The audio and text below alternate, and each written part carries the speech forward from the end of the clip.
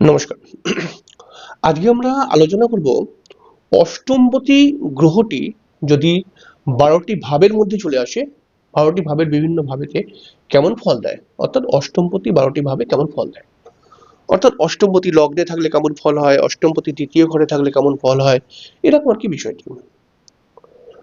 হ্যাঁ, অষ্টমপতি গ্রহটি খুব গুরুত্বপূর্ণ গ্রহ, কারণ এই গ্রহটি আমাদের মৃত্যু আনতে পারে, আমাদের শারীরিক ক্ষতি করতে পারে, লস করিয়ে দিতে পারে, আমাদের বড় পদচ্যুত করতে পারে এবং বিভিন্ন বাধার সম্মুখীন করাতে পারে।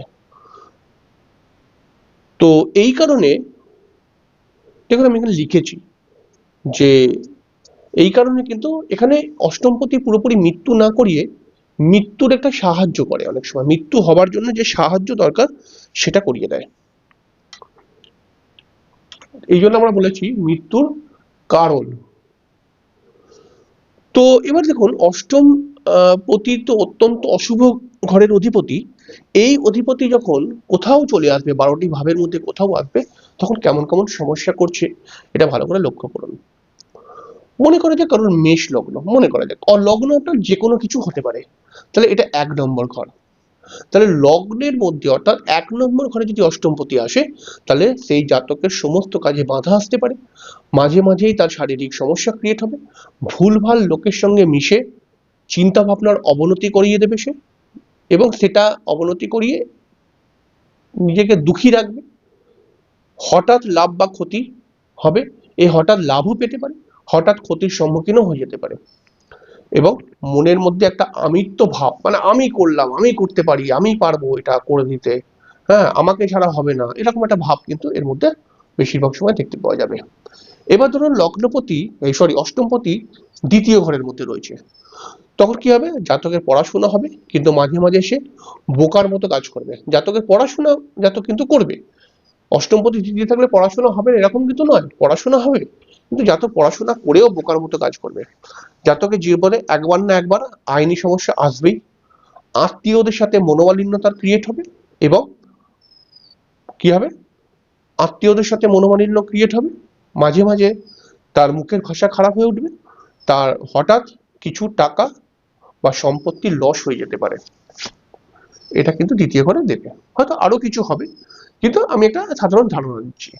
যদি অষ্টমপতি গ্রহটা ৩ নম্বর ঘরে থাকে, তাহলে কি হবে, বন্ধু বা ভাইয়ের সঙ্গে ঝগড়া ঝামেলা হয়, জাতকের দুর্ঘটনা হবার সম্ভাবনা বেশিরভাগ সময় দেখা যায়, জাতকের গলার সমস্যা আনে, আর জাতক একটু অলস প্রকৃতির হয়ে পড়ে।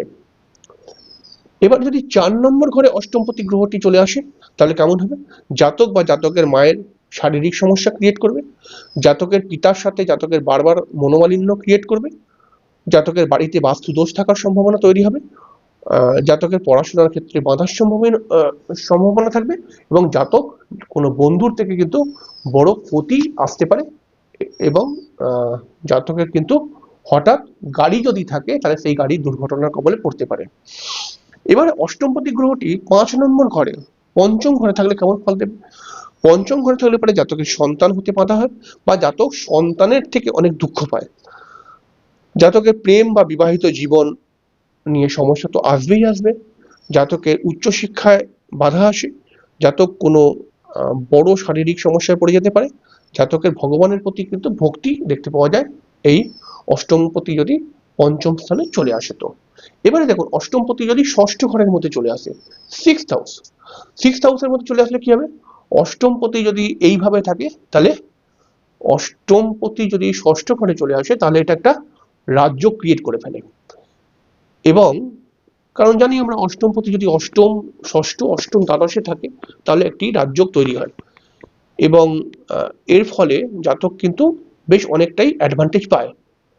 তবে এই অষ্টমপতি রাজ্য তখন তৈরি করবে যদি অষ্টমপতির সঙ্গে আর কোনো গ্রহ না থাকে, মানে ষষ্ঠ ঘরে আর কোনো গ্রহ নেই, শুধুমাত্র অষ্টমপতি এসছে, তখন এই রাজ্য ক্রিয়েট করবে এবং জাতক হঠাৎ বেশ কিছু অর্থের মালিক হয়ে যাবে।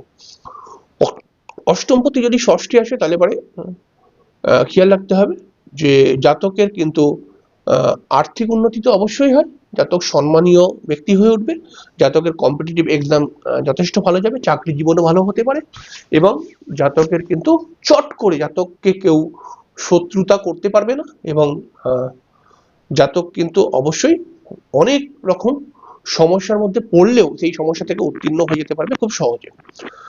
এবার অষ্টমপতি যদি সপ্তমে চলে আসে, 7th হাউস, আপনার লগ্নে সপ্তম ঘর, এই সপ্তম ঘরে চলে আসে, তাহলে বিবাহ হতে বাধা দেয় বা বিবাহিত জীবন নিয়ে সমস্যা ক্রিয়েট করে। ব্যবসায় বারবার লস হতে দেখা যায়। পার্টনারশিপ ব্যবসায় তো পার্টনারশিপ ব্যবসায় একদম স্যুট করে না। জীবনসাথীর মানে আপনার যে জীবনসাথী থাকবে তার শারীরিক সমস্যা এবং একের অধিক অনেক সময় বিবাহ করিয়ে দেয়। এবং অষ্টমপতি যদি অষ্টম ঘরেই থাকে তাহলে কি হবে? তাহলে জাতক প্রচন্ড কৌশলী হবে, জাতকের মধ্যে কথা বলার খুব ভালো ট্যালেন্ট থাকবে, জাতক নিজের পরিবারের মধ্যে সব মানে জাতকের যে পরিবার সেই পরিবারের মধ্যে তো ধরো একটা পরিবার মানে কাকা জ্যাঠা পিসি এরকম বিভিন্ন কিছু নিয়ে পরিবার থাকে, তাহলে সেই পরিবারের সমস্ত ছেলে মেয়েদের মধ্যে এই জাতক নিজে সব থেকে বেশি ডেভেলপ করবে যদি অষ্টমপতি অষ্টমেই থাকে। তাহলে এটাও কিন্তু একটা খুব ভালো গুণ। জাতক নিজের পিতার থেকেও বেশি সম্মানীয় হয়ে উঠবে।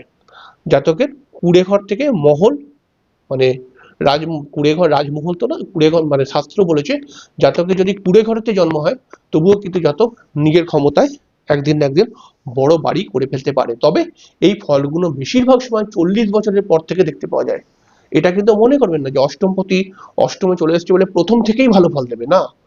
প্রথম জীবনে কষ্ট তো দেবেই দেবে, 40 বছরের পর থেকে জাতকের ডেভেলপমেন্ট ক্রিয়েট হতে শুরু হয়ে যাবে। এবারে অষ্টমপতি যদি নবম ঘরে আসে, 9th হাউসে যদি চলে আসে, তাহলে কেমন হবে? জাতক পাপী হয় বা জাতক অনেক পাপ কর্ম করে, জাতকের মানে পাপ পেছন ছাড়তে চায় না, পূর্ব জন্ম থেকে পাপটা পেছন ছাড়ে না, জাতক মাঝে মাঝেই মিথ্যে কথা বলবে, জাতক লোক দেখানো ও ধার্মিক হয়, জাতকের উন্নতির পথে বারবার বাধা চলে আসে, জাতকের পিতার হঠাৎ মৃত্যু হয়, জাতকের পিতার সাথে জাতকের সম্পর্ক ভালো থাকে না। এবার অষ্টমপতি যদি দশম ঘরে থাকে তাহলে কেমন ফল হবে? সরকারি চাকরি হয় অষ্টমপতি দশমে থাকলে, বা উচ্চ পদে কোনো চাকরি হতে পারে, মায়ের স্বাস্থ্য খারাপ হয়, পুত্র সুখ খুব একটা পাওয়া যায় না, এবং এরকম ব্যক্তি অষ্টমপতি যার দশমে আছে সেরকম ব্যক্তি কিন্তু একটু মিথ্যেবাদী প্রকৃতির হয়। তবে জাতকের যথেষ্ট ডেভেলপ হয় কিন্তু অষ্টমপতি দশমে আসলে। অষ্টমপতি একাদশে যদি চলে যায় তাহলে পারে কি হবে? ছোটবেলা খুবই দুঃখের সঙ্গে কাটে, কিন্তু বড় যখন হয় সেই জাতক তখন কিন্তু যথেষ্ট প্রতিষ্ঠিত হয়ে ওঠে। জাতকের হঠাৎ সম্পত্তি প্রাপ্তি হওয়ার সম্ভাবনা থাকে অষ্টমপতি যদি একাদশ ঘরে থাকে তো। আবার অষ্টমপতি দ্বাদশ ঘরে থাকলে, এটা হচ্ছে দ্বাদশ ঘর, অষ্টমপতি দ্বাদশ ঘরে থাকলে এরকম ব্যক্তিরা চালাক প্রকৃতির হয়, মাঝে মাঝেই এরা মাথা গরম করে উল্টোপাল্টা কথাবার্তা বলে ফেলে, এদের মনে কিছু আর মুখে কিছু থাকে। হুম, সবসময় একটা প্যাঁচালো মন এর দেখতে পাওয়া যায়। এরকম ব্যক্তিদের জল থেকে বা কোনো জীবজন্তু থেকে সমস্যা আসতে পারে। জাতকের জীবনে পুলিশি ঝামেলা আসে, কিন্তু জাতক ধনী হয়, জাতক কিন্তু ধনী হয়ে যাবে অষ্টমপতি দ্বাদশে আসলে। কারণ ওই বললাম অষ্টমপতি ষষ্ঠ অষ্টম দ্বাদশে ভালো ফল দেয়, তাহলে এটাতে দ্বাদশ ঘর, তাহলে এখানে কিন্তু ধনী করিয়ে দেবে। তাহলে এই বোঝা গেল অষ্টমপতি বিভিন্ন ভাবে গেলে কেমন কেমন ফল দিচ্ছে।